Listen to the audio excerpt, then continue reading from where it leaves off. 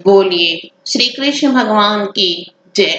मैं आप सभी को ये बताना चाहती हूँ कि हमारे 2 चैनल और भी हैं, मधुर भजन और आरती के लिए मन राखियो और डेली जनरल नॉलेज के क्वेश्चंस के लिए लर्निंग बाय डूइंग।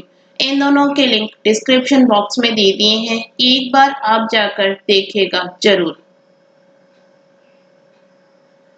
आइए श्रीमद् भागवत गीता के 7वें अध्याय के महात्म का गुणगान करते हैं। अगर आपको अच्छा लगे तो लाइक शेयर सब्सक्राइब जरूर कीजिएगा। भगवान शिव कहते हैं, पार्वती अब मैं 7वें अध्याय का महात्म में बतलाता हूँ, जिसे सुनकर कानों में अमृत राशि भर जाती है। पाटलिपुत्र नामक एक दुर्गम नगर है, जिसका गोपुर द्वार बहुत ही ऊंचा है। उस नगर के शंकुकर्ण नामक एक ब्राह्मण रहता था। उसने वैश्यवृत्ति का आश्रय लेकर बहुत धन कमाया, किंतु न तो कभी पितरों का तर्पण किया और न देवताओं का पूजन ही। वह धनोपार्जन में तत्पर होकर राजाओं को ही भोज दिया करता था। एक समय की बात है, उस ब्राह्मण ने अपना चौथा विवाह करने के लिए पुत्रों और बंधुओं के साथ यात्रा की। मार्ग में आधी रात के समय जब वह सो रहा था, एक सर्प ने कहीं से आकर उसकी बाह में काट लिया। उसके काटते ही ऐसी अवस्था हो गई कि मणि मंत्र और औषधि आदि से भी उसके शरीर की रक्षा असाध्य जान पड़ी। तत्पश्चात कुछ ही क्षणों में उसके प्राण पखेरु उड़ गए।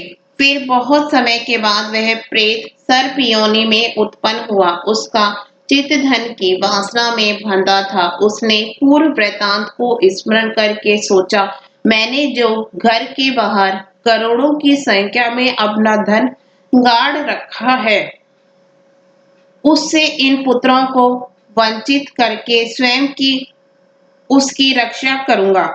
एक दिन सांप की योनि से पीड़ित होकर पिता ने स्वप्न में अपने पुत्रों की समक्ष आकर अपना मनोभाव बताया। तब उसके निकुंज पुत्रों ने सवेरे उठकर बड़े विस्मय के साथ एक दूसरे से स्वप्न की बातें कही।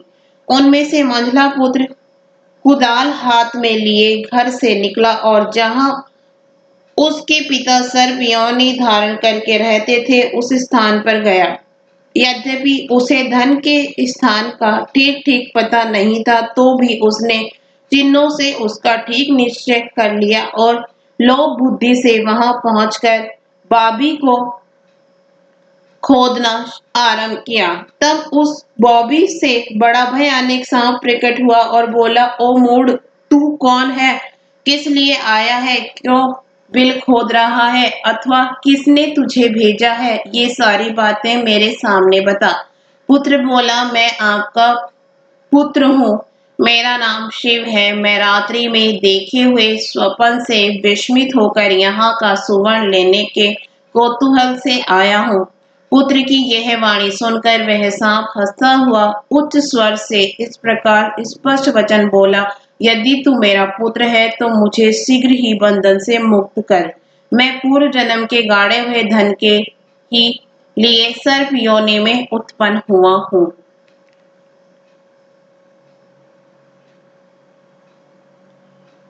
पुत्र ने पूछा, पिताजी आपकी मुक्ति कैसे होगी? इसका उपाय मुझे बताइए, क्योंकि मैं इस रात में सब लोगों को छोड़कर आपके पास आया हूँ।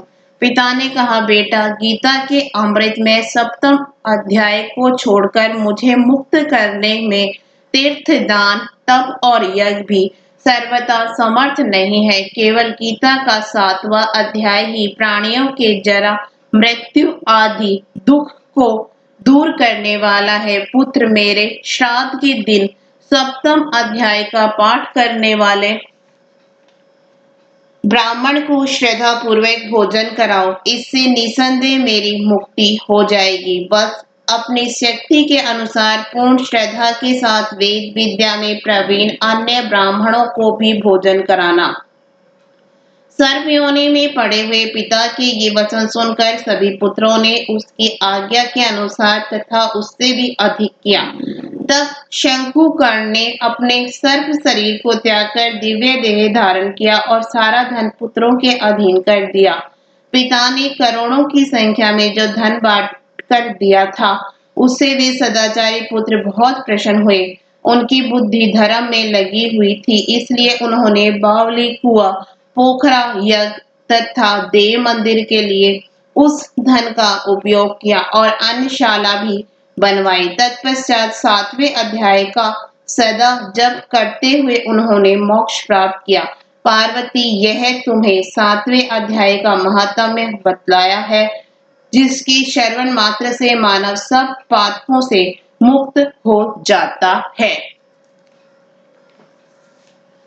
बोलिए श्री कृष्ण भगवान की जय।